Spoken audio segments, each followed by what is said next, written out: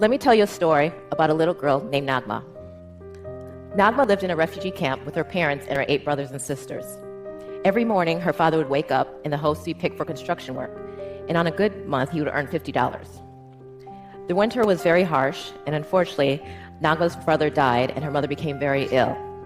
In desperation, her father went to a neighbor to borrow $2,500. After several months of waiting, the neighbor became very impatient and he demanded that he be paid back. Unfortunately, Nagma's father didn't have the money, and so the 2 men agreed to a jirga. So simply put, a jirga is a form of mediation that's used in Afghanistan's informal justice system. It's usually presided over by religious leaders and village elders, and jirgas are often used in rural countries like Afghanistan, where there's deep-seated resentment against the formal system. At the jirga, the men sat together, and they decided that the best way to satisfy the debt would be if Nagma married the neighbor's 21-year-old son. She was 6. Now, stories like Nagma, unfortunately, are all too common. And from the comforts of our home, we may look at these stories as another crushing blow to women's rights. And if you watch Afghanistan on the news, you may have this view that it's a failed state. However, Afghanistan does have a legal system.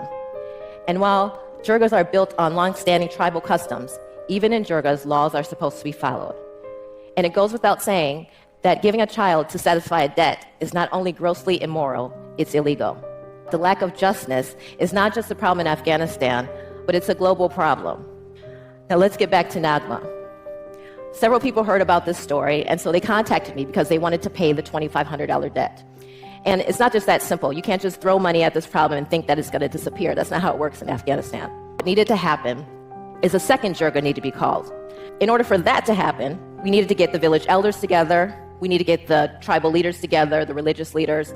Nagma's father needed to agree, the neighbor needed to agree, and also his son needed to agree. Then they also need to agree that I preside over it.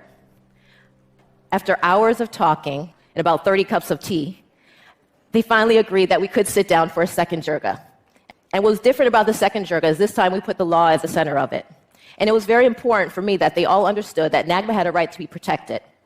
And at the end of this jirga, it was ordered by the judge that the first decision was erased and that the $2,500 debt was satisfied. And we all signed a written order where all the men acknowledged that what they did was illegal, and if they did it again, that they would go to prison. Most importantly, the engagement was terminated and Nagma was free. Protecting Nagma and her right to be free protects us.